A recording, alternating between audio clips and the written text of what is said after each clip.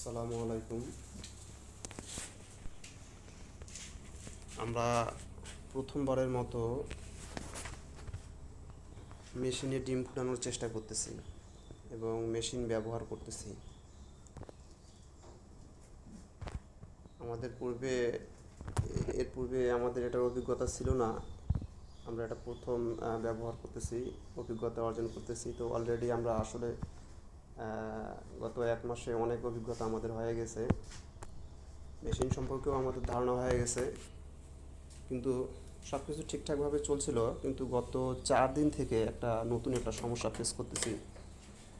সেই সমস্যাটা হলো এই যে এগ টার্নিং হচ্ছে না। এগ যে টার্ন করবে, এই টার্নিংটা হচ্ছে না। ওই যে ওইখানে গিয়ে আমার মনে হয় এটা সুইচের সমস্যা না কি আমি বুঝতেছি না। ওইখানে গিয়ে চাপ খাইছে, সুইচে চাপ খাইছে, কিন্তু চাপটা হয়তো বা ভালোভাবে খায় নাই নাকি টার্নিং হচ্ছে না। আমি যদি এটা আবার একটু ওই যে এভাবে চাপ দিয়ে দেই, এই যে চাপ দিলাম, এখন কিন্তু কাজ করতেছে। এখন কাজ করতেছে। আবার অনেক সময় দেখা যাচ্ছে যে কারেন্ট চলে গেছে, আমার এই টার্নিং অবস্থাটা হয়তো বা দেখা গেছে যে এইভাবে সমান সমান লেভেলে আছে। তখন দেখা যাচ্ছে যে এটা আর মনে করেন যে কোনো দিকে আর যাওয়া আসা করতেছে না। আবার দেখা যাচ্ছে যে যে কোনো একটা সুইচের মধ্যে মনে করেন যে চাপ দেওয়ার লাগতেছে, চাপ দিলে তখন মনে করেন যে আবার এর টার্নিংটা শুরু হচ্ছে।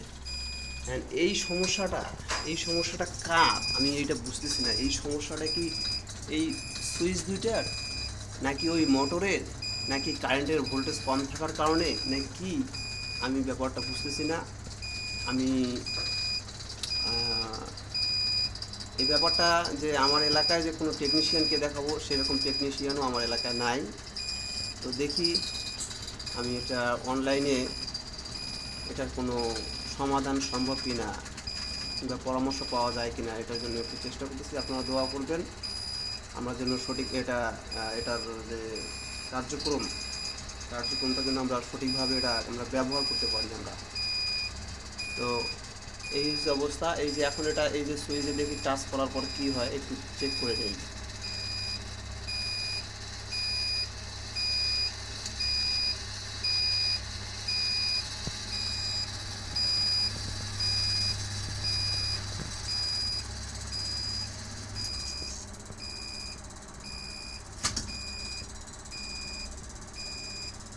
হ্যাঁ, এটা অবশ্য কাজ করলো, ব্যাক করতেছে।